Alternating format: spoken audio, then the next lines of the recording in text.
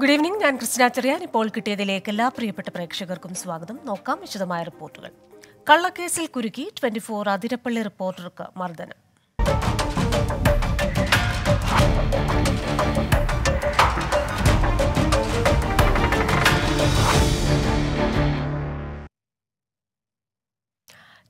Athirappilly reporter റുബിൻ ലാലിനെ June 7 വരെ remand ചെയ്തു. ജാമ്യാപേക്ഷ Chalakudy judicial first class magistrate കോടതി നാളെ പരിഗണിക്കും. വനംവകുപ്പ് ഉദ്യോഗസ്ഥന്റെ പരാതിയിലാണ് നടപടി. വാർത്താദൃശ്യങ്ങൾ പകർത്തിയതുമായി ബന്ധപ്പെട്ട് പാതിരാത്രി കസ്റ്റഡിയിലെടുത്ത റുബിൻ ലാലിനെ പോലീസ് ലോക്കപ്പിൽ ക്രൂരമായി മർദ്ദിച്ചിരുന്നു. 8 മണിക്കൂർ ലോക്കപ്പിൽ വിവസ്ത്രരാക്കി. CI ആൻഡ്രിക് ഗ്രോമിക്കിന്റെ നേതൃത്വത്തിലായിരുന്നു മർദ്ദനം. കുറെ നേരം കഴുത്തി പിടിച്ചു. ഇങ്ങനെ CI ആണ് ഉന്തിയത്. അതെ, അടിവസ്ത്രത്തിലാണ്. ഇത്രയും നേരം അടിവസ്ത്രത്തിലാണ്. ഷർട്ട് പോലും ഉണ്ടായിരുന്നില്ല. എന്നെ വീട്ടിൽ നിന്ന് കയറ്റി കൊണ്ടുവന്നത്. എന്നെ മർദ്ദിച്ചിരുന്നു. വീട്ടിൽ നിന്ന് അസഭ്യം പറഞ്ഞിരുന്നു. തന്നെ ഒരുപാട് അസഭ്യം പറഞ്ഞു. എന്നെ കഴുത്തിന് പിടിച്ച് ഞെക്കി കൊല്ലും എന്ന് പറഞ്ഞു. CI ആണ് കൊല്ലുന്ന് പറഞ്ഞേ. CI എന്നെ വെച്ചേക്കില്ല എന്ന് പറഞ്ഞേ. CIയുടെ നടപടിക്കെതിരെ വ്യാപക പ്രതിഷേധമാണ് ഉയരുന്നത്. മുഖ്യമന്ത്രിക്കും DGPക്കും 24 chief editor R. Sreekandan Nair പരാതി നൽകി. വിശദാംശങ്ങളുമായി കൊച്ചിയിൽ നിന്ന് അശ്വിൻ പാലാഴിയാണ് ചേരുന്നത്. അശ്വിൻ, ഇന്ന് മജിസ്ട്രേറ്റിന് മുന്നിൽ ഹാജരാക്കി. കേസ് നാളെ വീണ്ടും പരിഗണിക്കും. ഏറ്റവും പുതിയ വിവരങ്ങൾ എന്താണ്? കൃഷ്ണ, നാളെ ജാമ്യാപേക്ഷ പരിഗണിക്കുമെന്നുള്ളതാണ് ഏറ്റവും പ്രധാനപ്പെട്ട കാര്യം. എന്തായാലും ഇന്ന് ഈ കോടതിയിൽ ഹാജരാക്കിയപ്പോൾ തന്നെ ഇതുമായി ബന്ധപ്പെട്ട് നടന്ന കാര്യങ്ങളിൽ വിശദമായൊരു മൊഴി നൽകാൻ റൂബിന് അവസരം നൽകിയിരുന്നു. കോടതിയിൽ നടന്ന കാര്യങ്ങളെല്ലാം തന്നെ റൂബിൻ വിശദമായി പറയുകയും ചെയ്തിരുന്നു.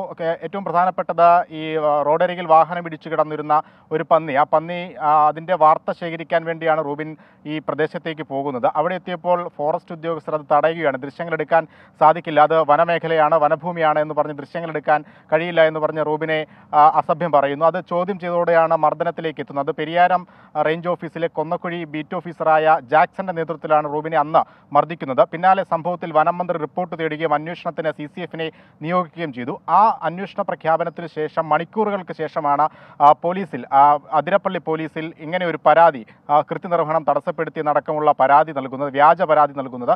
അങ്ങനെ റൂബിനെ കുടുക്കുക എന്നുള്ളതായിരുന്നു ഈ ഫോറസ്റ്റ് ഉദ്യോഗസ്ഥരുടെയും ഒപ്പം അതിന് കൂട്ടുനിന്ന പോലീസിന്റെയും ലക്ഷ്യം. എന്തായാലും അതിനുശേഷം പിന്നീട് നടന്നതെല്ലാം ക്രൂരമായ കാര്യങ്ങളാണ്. വീട്ടിൽ നിന്നും കൊടും കുറ്റവാളിയെ പോലെ രാത്രി എത്തി പിടിച്ചുകൊണ്ടുപോകുന്നു, പോകുന്ന വഴിയെല്ലാം മർദ്ദിക്കുന്നു. ഈ തെളിവുകളടങ്ങിയ, ഈ ബീറ്റ് ഓഫീസർ മർദ്ദിക്കുന്ന തെളിവുകളടങ്ങിയ, ദൃശ്യങ്ങളടങ്ങിയ മൊബൈൽ ഫോൺ CI ആൻഡ്രൂ ഡൊമിനിക്കിന്റെ നേതൃത്വത്തിൽ അത് എറിഞ്ഞുടയ്ക്കുകയും പിന്നീട് തോട്ടിലെറിയുകയും ചെയ്യുന്നു. അങ്ങനെ തെളിവ് നശിപ്പിക്കാൻ കൃത്യമായ ഗൂഢാലോചന അടക്കം ഈ സംഭവത്തിൽ ഉണ്ടായി എന്നുള്ളതാണ് ഏറെ ഞെട്ടിപ്പിക്കുന്ന കാര്യം. എന്തായാലും ഇതിൽ കൃത്യമായ ഗൂഢാലോചന വനവകുപ്പിലെ ചില ഉദ്യോഗസ്ഥരും അതിരപ്പള്ളി CI അടക്കമുള്ള പോലീസ് ഉദ്യോഗസ്ഥരും തമ്മിൽ നടന്നു എന്നുള്ളതാണ് ഏറ്റവും പ്രധാനപ്പെട്ട കാര്യം. എന്തായാലും 7-ാം തീയതി വരെ റൂബിൻ റിമാൻഡിലാണ്. നാളെ ജാമ്യാപേക്ഷ പരിഗണിക്കുന്നുമുണ്ട്. നിലവിൽ കോടതിക്ക് ബോധ്യമായ കാര്യങ്ങളൊപ്പം നാളെ പോലീസ് നൽകേണ്ട ചോദ്യങ്ങൾക്കുള്ള പ്രധാനപ്പെട്ട ഉത്തരങ്ങളുണ്ട്. അതടക്കമുള്ള കാര്യങ്ങൾ പരിഗണിച്ചാകും ജാമ്യാപേക്ഷയിൽ തീരുമാനമുണ്ടാവുക. ജാമ്യാപേക്ഷ നാളെയാണ് പരിഗണിക്കുന്നത്. അശ്വിനെ, ഇതിലെ ഈ ദൃശ്യങ്ങൾ അടങ്ങിയ, അതായത് പ്രധാന തെളിവുകളാകാമായിരുന്ന ആ ഫോണിലെ ദൃശ്യങ്ങൾ, അതടങ്ങിയ ഫോൺ വാങ്ങിച്ച് പിടിച്ചു വലിച്ചെറിയുന്നു. അതുകൊണ്ട് തന്നെ ഇത്തരത്തിൽ ഇനി തെളിവ് ഹാജരാക്കൽ, ഇതുപോലെയുള്ള കാര്യങ്ങൾക്ക് കൂടി തടയിടുകയല്ലേ ഇവർ ചെയ്തിരിക്കുന്നത്? തീർച്ചയായും. അതുകൊണ്ട് തന്നെയാണ് ഇതിൽ ഗൂഢാലോചന എന്നുള്ള ഒരു കാര്യം വളരെ വലിയ രീതിയിൽ പ്രതിഫലിക്കുന്നത്. കാരണം ഈ സംഭവം ഉണ്ടായി മണിക്കൂറുകൾക്ക് ശേഷമാണ് പരാതി നൽകിയതെന്ന് നമ്മൾ പറഞ്ഞു. പ്രത്യേകിച്ച് ഈ ഫോറസ്റ്റ് ഉദ്യോഗസ്ഥർ പരാതി നൽകിയത്. അതിനുശേഷം പോലീസിന്റെ നടപടികൾ അതിവേഗത്തിലായിരുന്നു എന്നുള്ളതും ശ്രദ്ധിക്കേണ്ടതാണ്.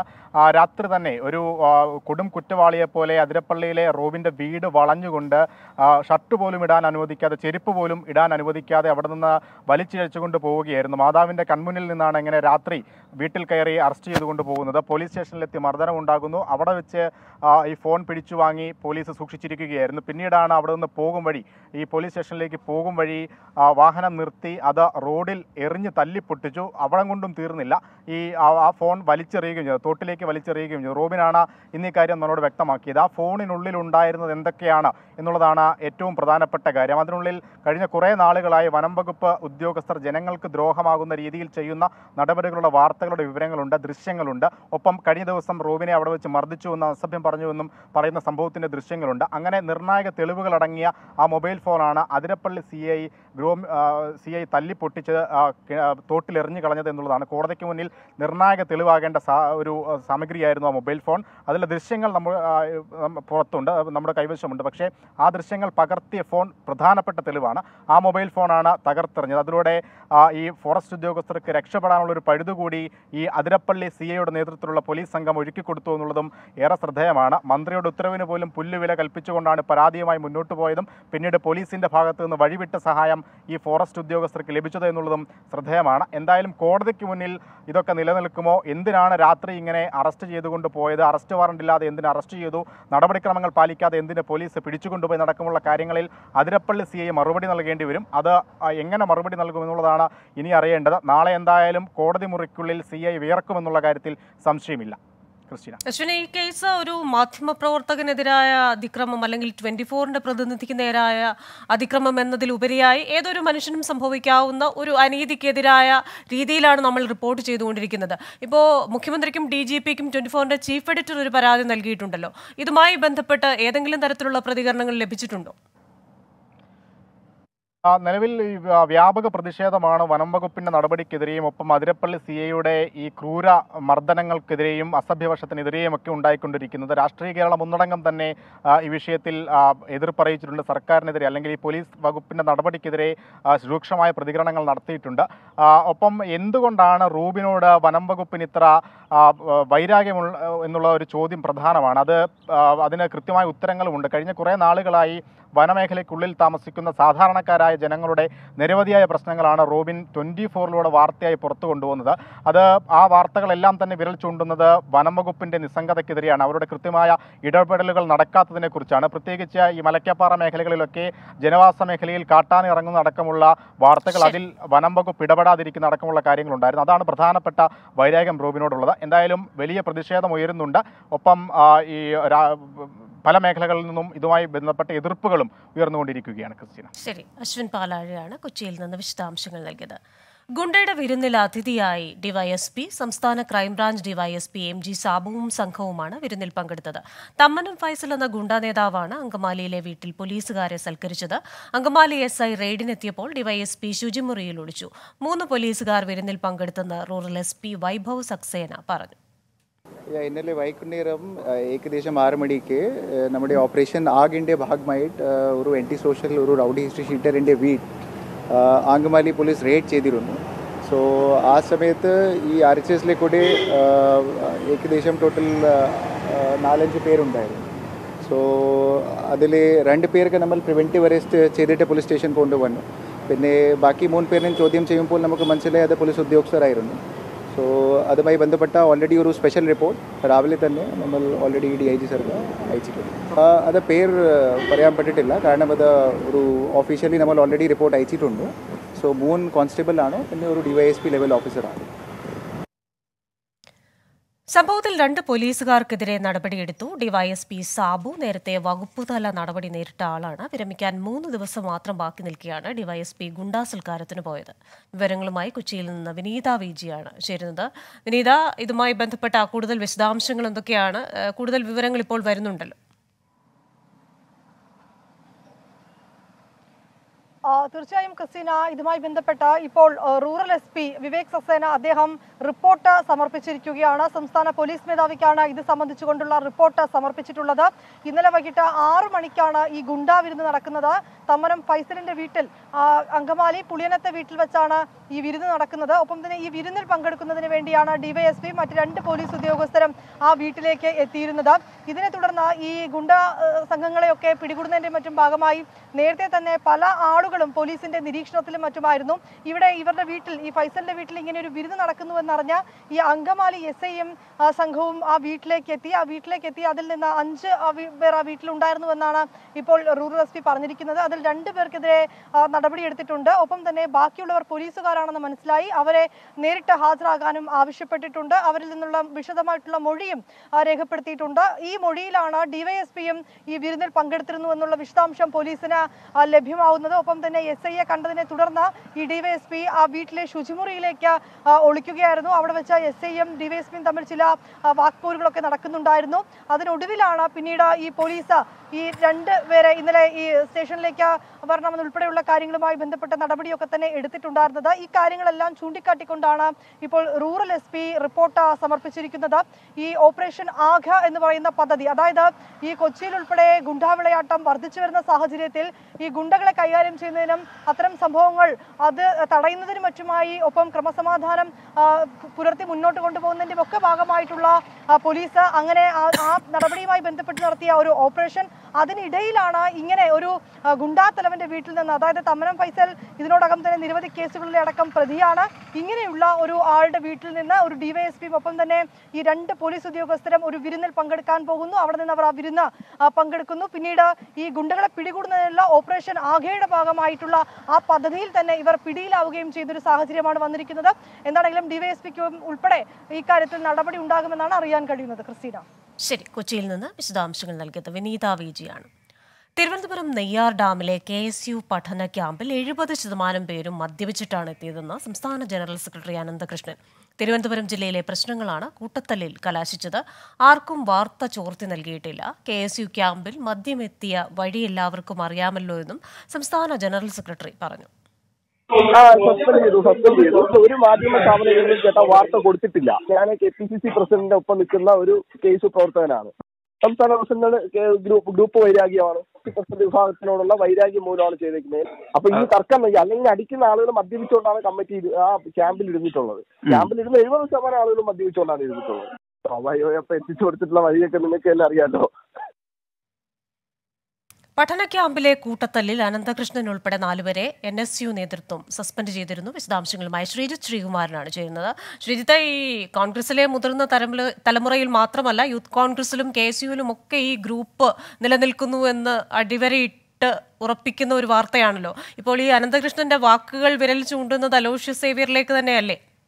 തീർച്ചയായും KSU ഒരിക്കലും ഒരു ഗ്രൂപ്പിന് അതീതമായി നിൽക്കുന്ന ഒരു സ്വതന്ത്ര സംഘടനയൊന്നുമല്ല. കോൺഗ്രസിന്റെ ഗ്രൂപ്പിന്റെ ഭാഗമായി നിൽക്കുന്ന സംഘടന തന്നെയാണ്. പക്ഷേ പ്രധാനമായും ഗ്രൂപ്പിന്റെ ഭാഗമായി ഇത്തരത്തിലുള്ള വിഷയമല്ല നടന്നതെന്ന് ഒരു സൂചനയാണ് ഈ അനന്തകൃഷ്ണന്റെ വാക്കുകളിലൂടെ പുറത്തു വരുന്നത്.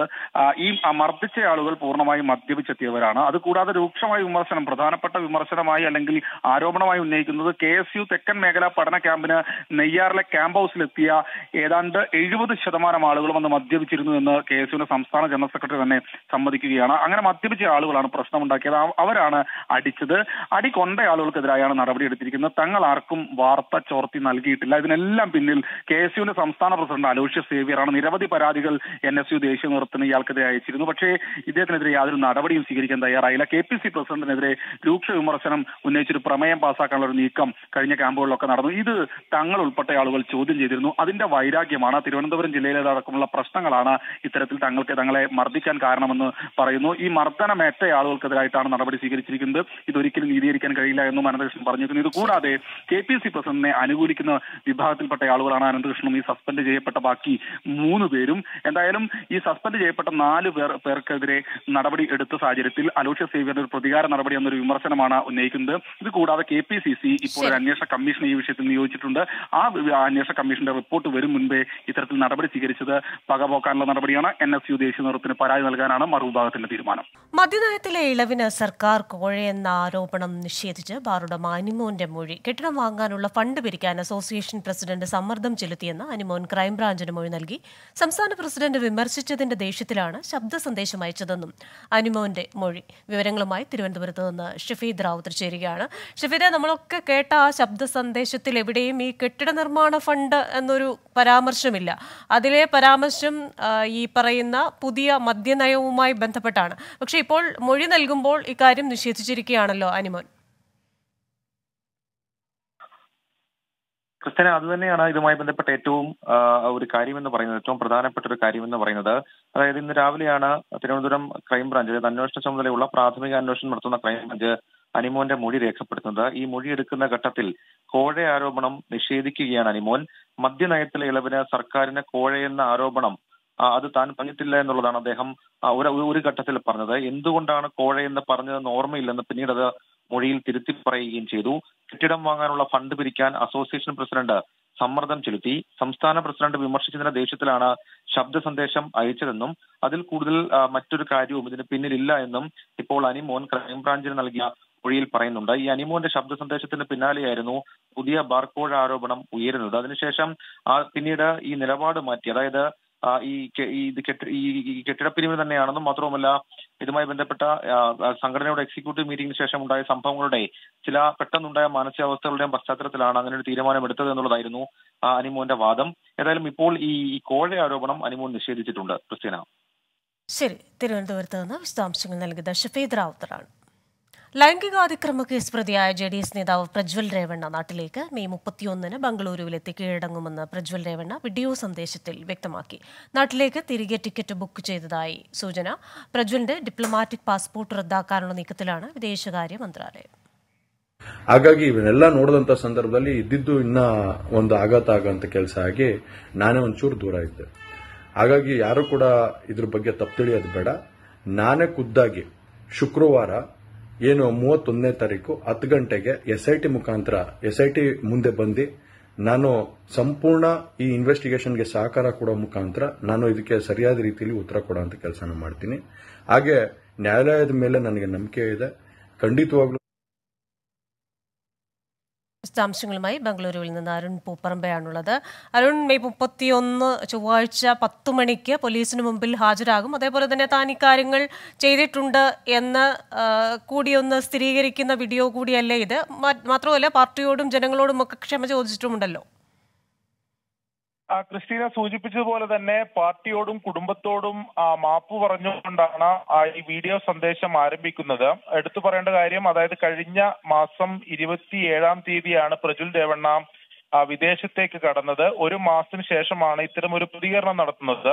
അതിൽ ഈ പ്രതികരണത്തിൽ പ്രധാനമായും പറയുന്നത്, അതായത് താൻ വിദേശത്തേക്ക് കടന്നത് മുൻകൂട്ടി നിശ്ചയിച്ചിട്ടുള്ള ഒരു വിദേശ യാത്രയാണ്, അല്ലാതെ കേസ് എടുത്തതിന് പിന്നിലെ വിദേശത്തേക്ക് കടന്നു എന്ന പ്രചാരണം തെറ്റാണ് എന്നതാണ് പ്രജ്വൽ രേവണ്ണ ഈ വീഡിയോ സന്ദേശത്തിൽ പറയുന്നത്. അതിൽ പിന്നീട് വിദേശത്തിന് ശേഷം ഈ കേസിന്റെ നിലയാകെ മാറി. ഇത് വലിയ രാഷ്ട്രീയ പ്രചാരണത്തിനായി കോൺഗ്രസ് ഉപയോഗിച്ചു. തെരഞ്ഞെടുപ്പിൽ ഉൾപ്പെടെ ദേശീയ തലത്തിൽ വലിയ രീതിയിൽ ഇത് പ്രചരിപ്പിക്കുകയും തെറ്റായ ഒരുപാട് പ്രചാരണങ്ങൾ നടത്തുകയും ചെയ്തു എന്നതാണ് പ്രജ്വൽ പറയുന്നത്. തന്നെ മാനസികമായി വലിയ രീതിയിൽ തളർത്തുകയും ഡിപ്രഷനിലേക്ക് ഉൾപ്പെടെ കടക്കുകയും ചെയ്തു. അങ്ങനെ ചികിത്സ തേടേണ്ട സാഹചര്യം ഉണ്ടായി എന്നതാണ് പ്രജ്വൽ പറയുന്നത്. അതാണ് ഈ SITക്ക് മുന്നിൽ കീഴടങ്ങാൻ വൈകിയത്. നേരത്തെ അഭിഭാഷക മുഖേന ഉടൻ കീഴടങ്ങുമെന്ന കാര്യം അറിയിച്ചിരുന്നു. എന്നാൽ ഇത്തരത്തിൽ കാര്യങ്ങൾ മാറിയതിന് പിന്നാലെ തുടർന്നാണ് കീഴടങ്ങുന്നത് വൈകിയതെന്നാണ് പ്രജ്വൽ പറയുന്നത്. നമ്മൾ ഏറ്റവും എടുത്തു കാണേണ്ട പ്രധാനപ്പെട്ട ഒരു കാര്യം, ആദ്യഘട്ടത്തിൽ വിദേശകാര്യ മന്ത്രാലയം ഈ ഡിപ്ലോമാറ്റിക് പാസ്പോർട്ട് റദ്ദാക്കണം ആവശ്യം അതിൽ അനുകൂല പ്രതികരണം നടത്തിയിരുന്നില്ല. എന്നാൽ കർണാടക സർക്കാർ വീണ്ടും ആവശ്യപ്പെട്ടതിന് പിന്നാലെ ഇപ്പോൾ വിദേശകാര്യ മന്ത്രാലയം അത് ഡിപ്ലോമാറ്റിക് പാസ്പോർട്ട് റദ്ദാക്കാനുള്ള നടപടികൾ തുടങ്ങിയിട്ടുണ്ട്. അതിനിടെയാണ് ഈ വീഡിയോ സന്ദേശം പങ്കുവെക്കുന്നത്. അതോടൊപ്പം തന്നെ JDS അധ്യക്ഷനായിട്ടുള്ള, അതോടൊപ്പം പ്രജ്വലിന്റെ മുത്തച്ഛൻ കൂടിയായിട്ടുള്ള HD ദേവഗൌഡ രൂക്ഷമായ ഭാഷയിൽ താക്കീത് നൽകിയിരുന്നു. മെയ് 31 വെള്ളിയാഴ്ച 10 മണിക്ക് പോലീസിന് മുന്നിൽ ഹാജരാകുമെന്നാണ് പ്രജ്വൽ രേവണ്ണ അറിയിച്ചിരിക്കുന്നത് ഒരു വീഡിയോ സന്ദേശത്തിലൂടെ. വിവരങ്ങൾ നൽകിയത് അരുൺ പൂപ്പറമ്പയാണ് ബംഗളൂരുവിൽ നിന്ന്. ബീഹാറിലെ പാലിഗഞ്ചിൽ രാഹുൽ ഗാന്ധിയുടെ തെരഞ്ഞെടുപ്പ് റാലിയുടെ വേദി ഭാഗികമായി തകർന്നു. രാഹുൽ ഗാന്ധി എത്തിയതിന് പിന്നാലെയാണ് വേദി തകർന്നത്. വിശദാംശങ്ങളുമായി ഡൽഹിയിൽ നിന്ന് ബൽറാം നെടുങ്ങാടിയാണ് ചേരുന്നത്. ബൽറാം, ഇത്തരത്തിലുള്ള കാര്യങ്ങളിലൊക്കെ വലിയ ജാഗ്രതയും സുരക്ഷാ മുന്നൊരുക്കങ്ങളും ഒക്കെ ഉണ്ടാകേണ്ടതല്ലേ? എന്താണ് അവിടെ സംഭവിച്ചത്? കൃഷ്ണ, തീർച്ചയായും രാഹുൽ ഗാന്ധി അടക്കമുള്ള മുതിർന്ന നേതാക്കൾ എത്തുന്ന സാഹചര്യത്തിൽ സുരക്ഷാ പരിശോധനകൾ സ്റ്റേജിൽ ഉൾപ്പെടെ നടത്താറുണ്ട്, ബലപരിശോധന ഉൾപ്പെടെ നടത്താറുണ്ട്. എങ്കിൽ പോലും ഇന്ന് ബീഹാറിൽ രാഹുൽ ഗാന്ധി പങ്കെടുത്ത രണ്ടാമത്തെ പ്രചരണ ഭാഗമാണ് രാഹുൽ അടക്കമുള്ള സംഘം എത്തിയതിന് തൊട്ടു പിന്നാലെ തകർന്നു വീണത്. രാഹുലും വിശദാംശങ്ങൾ നൽകുകയായിരുന്നു ബൽറാം നെടുങ്ങാടി. ചുഴലിക്കാറ്റ് കരതൊട്ടതിന് പിന്നാലെ പശ്ചിമ ബംഗാളിലും വടക്കു കിഴക്കൻ സംസ്ഥാനങ്ങളിലും കനത്ത മഴ. 2 മരണം. കൊൽക്കത്തയിൽ മതിലിടിഞ്ഞു വീണാണ് ഒരാൾ മരിച്ചത്. പശ്ചിമ ബംഗാളിന്റെ തീരമേഖലയിൽ റെഡ് അലർട്ട് തുടരുകയാണ്. കൊൽക്കത്ത വിമാനത്താവളത്തിൽ നിന്ന് സർവീസുകൾ പുനരാരംഭിച്ചു. വിശദാംശങ്ങളുമായി നിതിൻ അംബുജൻ ചേരുകയാണ് ഡൽഹിയിൽ നിന്ന്. നിതിൻ, കാര്യമായ ആഘാതമൊന്നും റമൽ ചുഴലിക്കാറ്റ് ഉണ്ടാക്കില്ല എന്ന് പറഞ്ഞെങ്കിലും വലിയ പ്രശ്നങ്ങളൊക്കെ ഉണ്ടാകുന്നുണ്ട്. പക്ഷേ പശ്ചിമ ബംഗാൾ പൂർണ്ണ സജ്ജമാണെന്ന് ഇന്നലെ തന്നെ ഗവർണറും മുഖ്യമന്ത്രിയും പറഞ്ഞിരുന്നല്ലോ. ക്രിസ്റ്റീന, പലയിടങ്ങളിലും നാശനഷ്ടം വിതച്ചാണ് റമൽ ചുഴലിക്കാറ്റ് തീരം തൊട്ടത്. 2 മരണം റിപ്പോർട്ട് ചെയ്തു. ഒന്ന് കൊൽക്കത്തയിൽ മതിൽ ഇടിഞ്ഞു വീണും, അതോടൊപ്പം തന്നെ നോർത്ത് 24 പർഗാനാസിൽ ഒരു മരം വീണുമാണ് മരണം റിപ്പോർട്ട് ചെയ്തിരിക്കുന്നത്. അതോടൊപ്പം തന്നെ പലയിടങ്ങളിലും വെള്ളക്കെട്ട് ഇപ്പോഴും ഉണ്ട്. കൂടാതെ നോർത്ത് 24 പർഗാന ഉൾപ്പെടെയുള്ള പല സ്ഥലങ്ങളിലും ഇത്തരത്തിൽ മരങ്ങൾ കടപുഴകി വീഴുന്ന സാഹചര്യം ഉണ്ടായിരുന്നു. എന്തായാലും ഇപ്പോൾ സംസ്ഥാന ദുരന്ത നിവാരണ സേനയും ദേശീയ ദുരന്ത നിവാരണ സേനയും എല്ലാം തന്നെ സജ്ജമായി തന്നെ ഇപ്പോഴും പലയിടങ്ങളിലും ഈ ഒരു നാശനഷ്ടം എല്ലാം തന്നെ നീക്കം ചെയ്യാനുള്ള നടപടികൾ ആരംഭിച്ചിട്ടുണ്ട്. എന്തായാലും കനത്ത മഴ ഹൂഗ്ലി അടക്കമുള്ള സ്ഥലങ്ങളിൽ ഇപ്പോഴും തുടരുന്നുണ്ട്. കൂടാതെ അസം ഉൾപ്പെടെയുള്ള മറ്റ് സംസ്ഥാനങ്ങളിലും വടക്കിഴക്കൻ സംസ്ഥാനങ്ങളിലടക്കം റെഡ് അലർട്ടിൽ തുടരുന്ന സാഹചര്യമാണ് ഉള്ളത്. എന്തായാലും വിമാനത്താവളത്തിൽ കൊൽക്കത്ത വിമാനത്താവളത്തിൽ ഇപ്പോൾ സർവീസുകൾ എന്തിനെ പുനരാരംഭിച്ചതായി അധികൃതർ അറിയിച്ചിട്ടുണ്ട്. ശരി, നിതിൻ അംബുജനാണ് വിശദാംശങ്ങൾ നൽകിയത്. പ്രധാനമന്ത്രി നരേന്ദ്രമോദിയെ വിമർശിച്ച് തെലങ്കാന മുഖ്യമന്ത്രി രേവന്ത് റെഡ്ഡി. മോദി ഗ്യാരണ്ടിയുടെ വാറന്റി അവസാനിക്കാറായി. ദക്ഷിണേന്ത്യയിൽ മാത്രം ഇന്ത്യ മുന്നണിക്ക് 100-ലധികം സീറ്റ് ലഭിക്കും. കേരളത്തിൽ വിഭാഗീയ ശക്തികൾക്കിടമില്ല. അതുകൊണ്ടാണ് രാഹുൽ ഗാന്ധി കേരളത്തിൽ മത്സരിക്കുന്നതെന്നും ലീഗ് കോഴിക്കോട് സംഘടിപ്പിച്ച സ്നേഹ സദസ്സിൽ പങ്കെടുത്ത് രേവന്ത് റെഡ്ഡി പറഞ്ഞു. Kerala people never allowed any communal forces into Kerala, who are role model of. ഇനി ഇപ്പോഴത്തെ കാലാവസ്ഥ സമർപ്പിക്കുന്നത് Berger paints 100 years of trust.